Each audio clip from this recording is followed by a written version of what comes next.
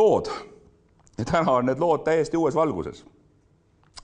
Kuskil 2004 vist või tegime Balti logistikaga, kutsusid meid enda juurde, ütlesid, et meil on me oleme kasvanud 50% aastas ja üldiselt meil läheb nagu käibekasvuga läheb kõik hästi, kasumikasvuga ei lähe hästi ja meil on tunne, ja pange tähele just, eks ole, Mait Maran ütles, et meil on tunne, et kuskil on midagi valesti. Tulge palun aidake meil see tunne lahti mõtestada, palun andke sellele tundele selgitus. Ja see oli see pilt siis nii-öelda, kus kohal me pidime hakkama seda sisetunnet lahkama. Kui te vaatate seda pilti, mida teie sisetunne teile ütleb?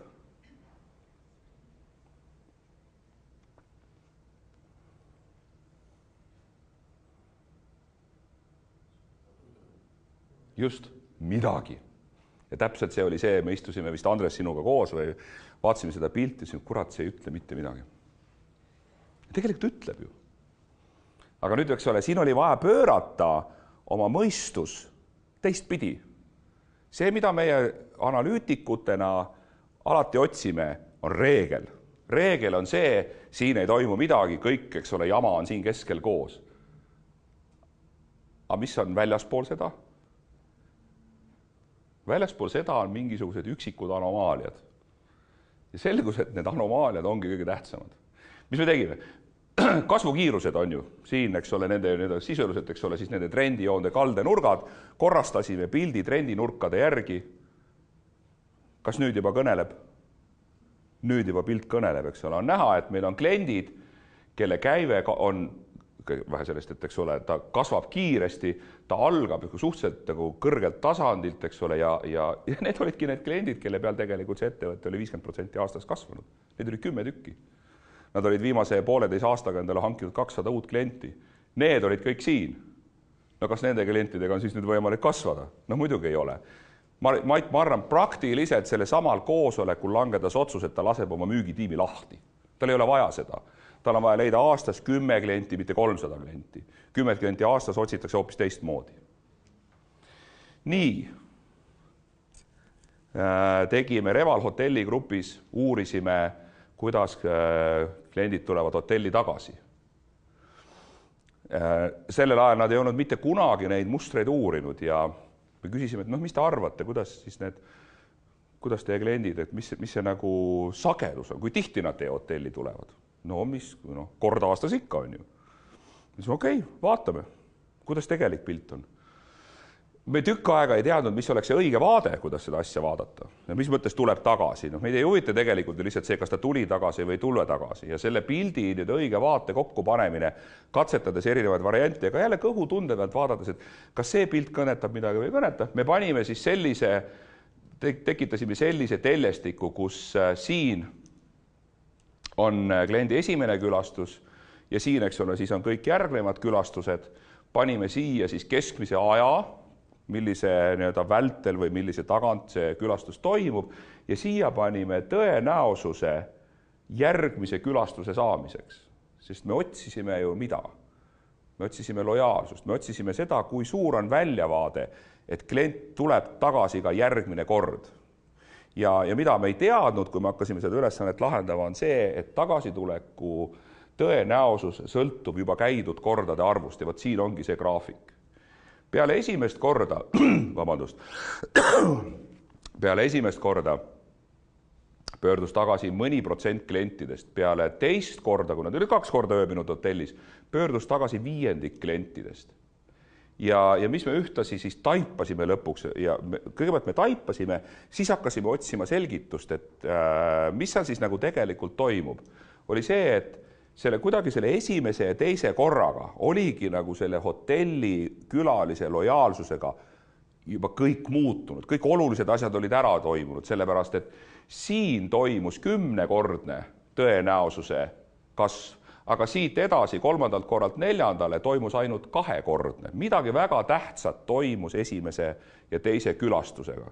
Ja minnes sinna sisse küsiti, kus ta juhtus siis? Teise külastuse ajal, esimese ja teise vahel, esimese ajal. Lõpuks me saime aru, et esimene külastus ongi see, mis määrab ära kõik. Kui ta siis tuleb tagasi, siis ta jääb käima. Kui ta ei tule tagasi, ongi kõik.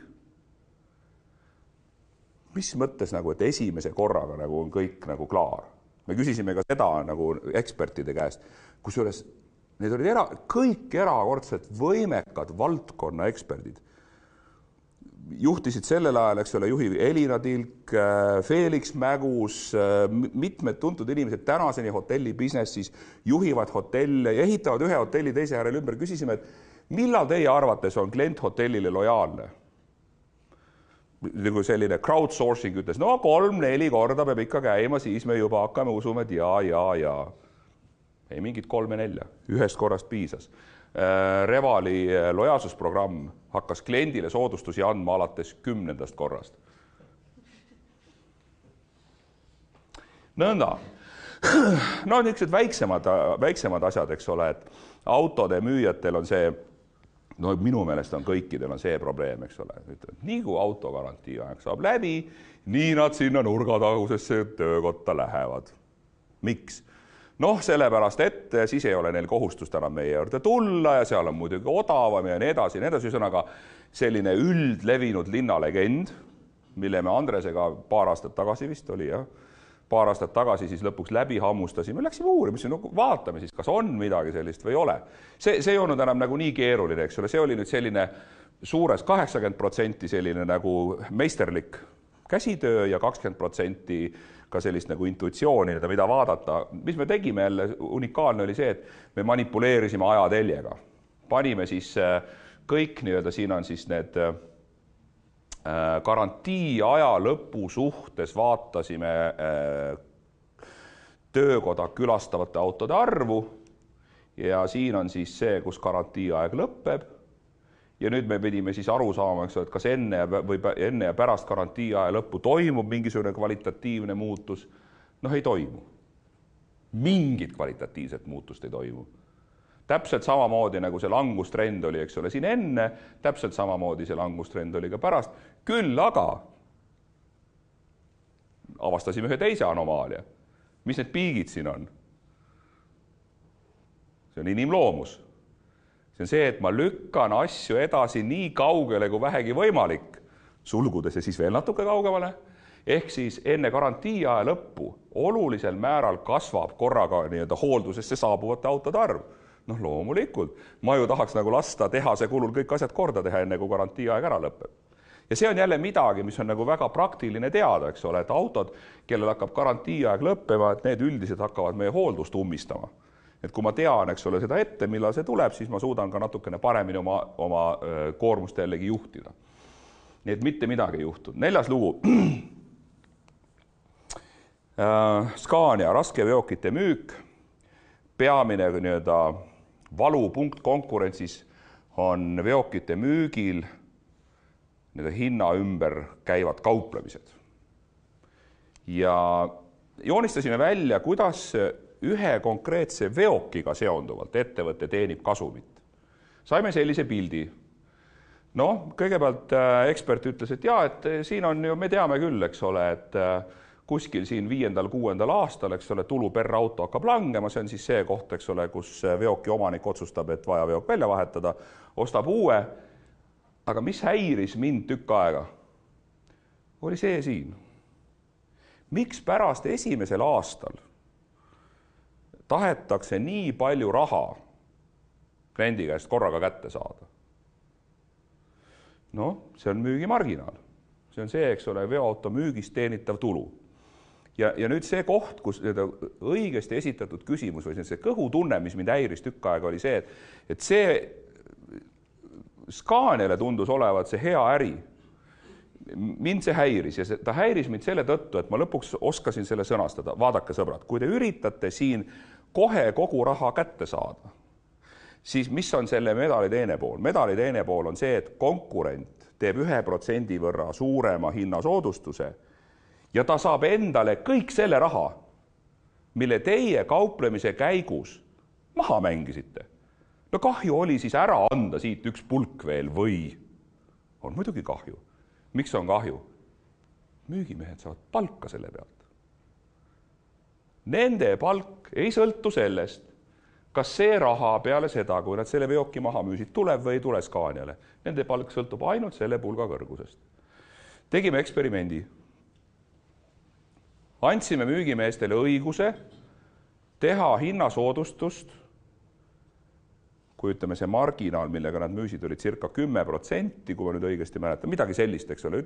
Nad võisid kolmandiku võrra minna selle hinnasoodustusega sügavamale, rohkem kaotada müügisituatsioonis, kui eeskiri lubas. Reaalselt siis juhtus see, et marginaal väheneski umbes kolmandiku võrra, millega üks kvartal seda eksperimenti tehti. Nad võitsid 30% rohkem tehinguid.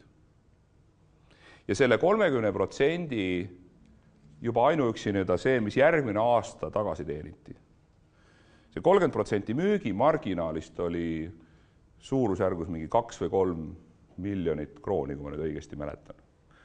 Ja see tundus olevat erakordselt suur summad. No kuidas, mis mõttes, et me nii palju anname müügis ära. Ja selle 2-3 miljoni krooni tasuvus selle alternatiivse võidu näol oli 90% aasta baasil.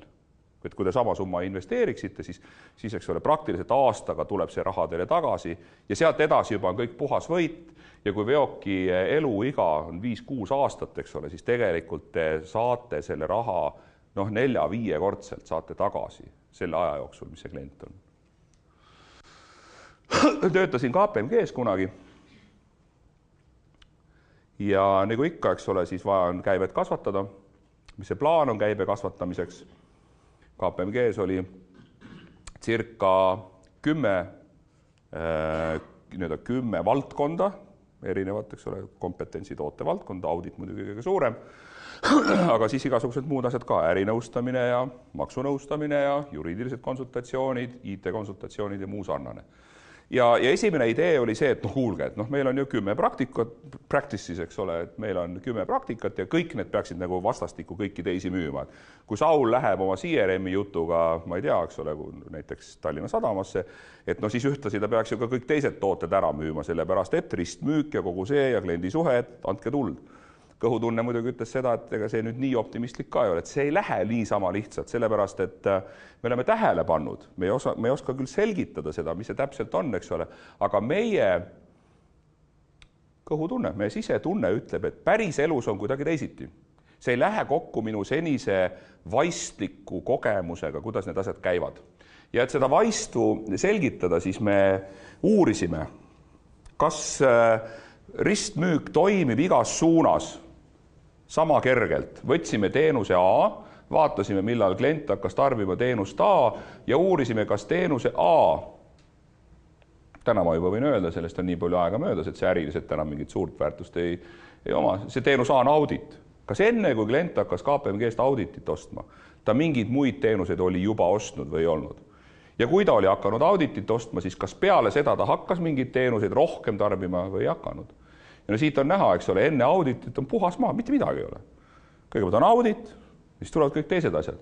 Ja võtsime siis võtsime teenuse B, mis oli siis puhtalt business advisory ja uurisime seda, et kui nüüd siin olid kliendid, kes hakkasid ärinõustamise teenust tarbima, kas nad olid tarbinud enne mingeid muid teenuseid või ei olnud ja mismoodi see teenuste tarbimine muutus pärast.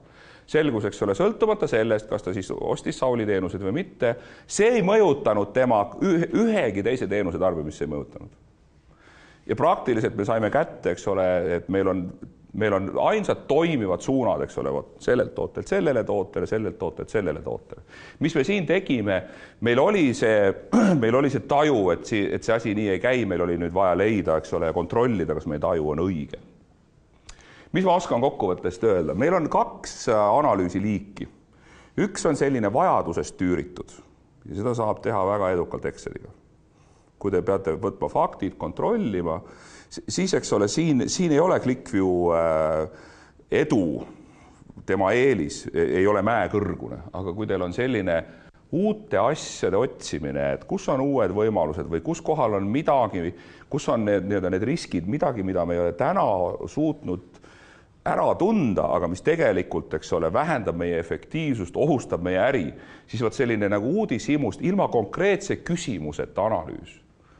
See on kõigepealt, mis teil on vaja? Teil on vaja pilti, teil on vaja keskkonda, kus kohal vooseisund tekib ja teil on vaja nende erineva intuitsiooni arengutasemega inimesi ümber, nende piltide, kes neid vaatavad ja teil on vaja garanteerida see, et ei katkestata seda loovat protsessi, kus kohal inimesed oma sisetunde najal tahavad minna pildi sisse, et leida sealt, eks ole, kas on või ei ole muster. Rääkisingi kogu selle jutu ära. Nii, minu poolt on kõik, kui edaspidi on mingisugustel teemadel, need on need teemad, millega ma valdavalt igapäevaselt tegelen